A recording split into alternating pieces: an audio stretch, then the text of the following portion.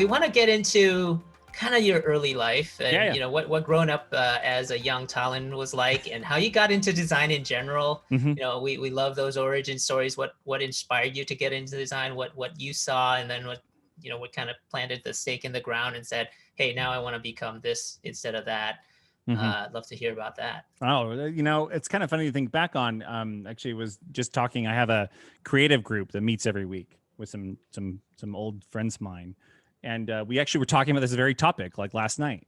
We went way back to like the earliest, like youngest Talon and his drive towards creativity and whatnot. But like honestly, I didn't feel at least what I could call like very creative growing up.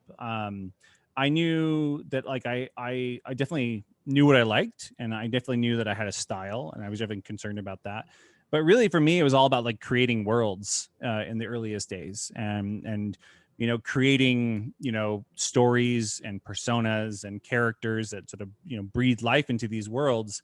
And these worlds were mostly just kind of in my head, and it really wasn't something that I was sharing with a lot of different people. But it's something that I was sort of constructing and concocting on my own, or sometimes with friends. And but then when I was taking art classes, through junior high and high school, I actually kind of stepped back a little bit from more of the traditional arts, because I really felt inadequate. Like I felt like I really couldn't express myself. But at that time, I actually ended up gravitating more towards kind of more craft oriented or skill oriented sort of creativity, things like drafting, architecture, engineering. So actually I started my career when I went into college. I was going to be an architect. And I think a lot of designers share that background. So when I first went to college in Salt Lake City, where I grew up, I was on a path, for the next 6 years to finish the program at the University of Utah to become an architect. And so of course the program is it's very daunting when you're starting out, 6 years. But I end up being able to take some of the sort of prerequisite classes at the community college, rather than just jumping all the way up to the university. So I got into these classes, and I started looking at the availability. And there are a bunch of electives that I had to take. And a couple of those electives had to do with design. There was a designing in Photoshop class, I remember. Which version of Photoshop was that? Do you remember? Oh my gosh, I think it was, I want to say it was CS3, CS3, yeah. So the that's when the eye with the little like UV lens was on in the dock, on the icon, and the Venus de Milo on the Illustrator icon, and the butterfly. Like InDesign was still pretty new at that point.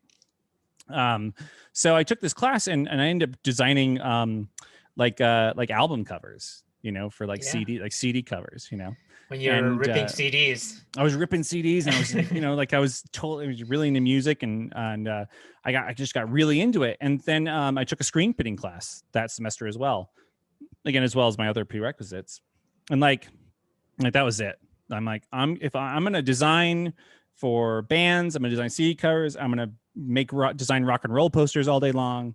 Like that's what I want to do. Like, so from there, I kind of gave up the architecture sort of track, and I went full on design at that point. But what was also great at the time, though, is I also got to take things like electives like life drawing, so we had to take sort of basic drawing classes, foundational drawing classes, and that also kind of helped me develop kind of those skill sets again that I was feeling very inadequate or self-conscious about when I was in junior high school. Like I just kind of threw myself into it. So all these classes, again, this is a community college, wasn't really known for, I think, getting you ready for a career, right? But not like known for like, developing like, these really talented people. And man, I just like soaked up everything those professors could give me, whether it was my design teacher, my typography teacher, my printing teacher. I took a print. We had a big press on site, and I was still like, doing hand mock-ups of like, with like Rubylith and, actually like printing things. And I was screen printing, and I was taking these life drawing classes, and I just like threw myself into it and just was soaking up all this stuff. And so that was the real early days. And then, so it can kind of took everything I could from that. And I got a job doing design in the Valley in Salt Lake City at a print shop. designing for anyone who would come in off the street. So people needed a logo for their local business. They needed, brochures. They needed, whatever. Like, yeah, sometimes they might have it designed, but I was on hand to just be their designer. And so I was essentially kind of like a one-man shop in those early days, and, doing pre-press and, learning all this stuff. And, I loved doing that. And I really had a great time, but I got about I don't know, almost a year into it. And I just felt like there was kind of more out there for me to do, that this wasn't the limit of like who I am or what I'm capable of. And I started to look for, okay, what's that next move? What's that next step? This feels good now. I'm going to keep doing this, but what's that next step? And so then that's how I found myself applying for California College of the Arts in San Francisco. And ultimately how I ended up in the Bay Area was to come out to attend California College of the Arts. And that's where I joined the design program there, and was there as a continuing student. Again, I sort of had my associate's degree, and I went to get to wrap up the bachelor's. And again, I just was exposed to just some amazingly talented people and mentors and professors, and like that was just an amazing, really intense, about 3 years. And of course, living in the Bay Area, working, going to school, just so soaking all that in, and just making all these great contacts. And then from there, I end up being hired by one of my professors, and someone I just really clicked with. I interned for them one summer. And then I was really flattered by when I was on the verge of graduating, they came to me and said, "Hey, we'd like to hire you as the senior designer on staff at our studio, small studio called Volume Inc. in San Francisco." Adam Broadsley and Eric Hyman, and two of my greatest mentors. Just had a chance to catch up with them the other day. And so I ended up working with them. And the reason I really gravitated towards them was that they were a design studio that really thought kind of broadly about design and its application. They weren't a print design place.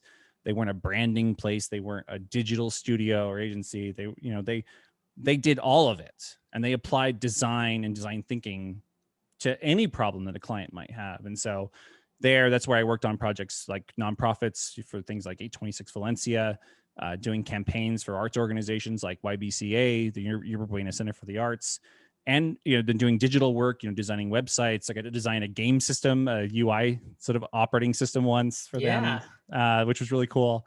I don't think that project actually ever saw the light of day, sadly.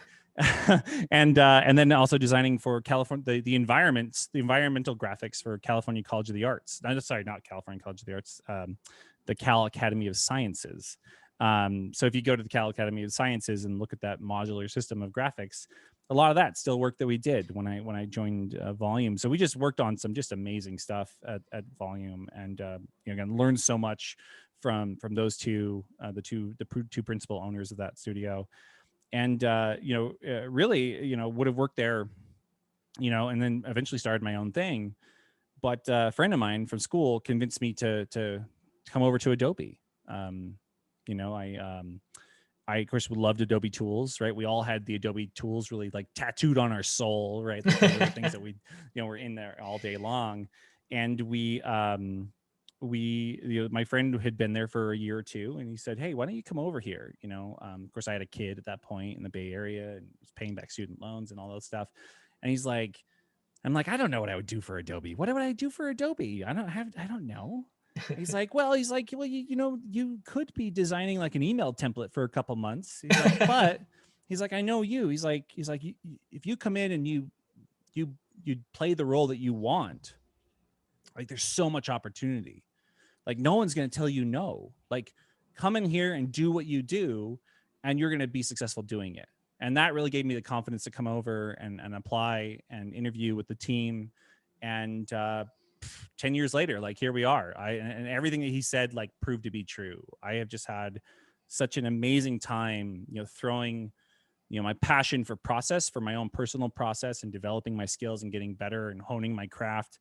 Like to take that and then like turn it on and kind of look at it from the outside, and then figure out how to make tools for not just myself, but all these other talented people out in the world, and like help them kind of do their best work. Like, all right, that's it. That's all I want to do for the rest of my life.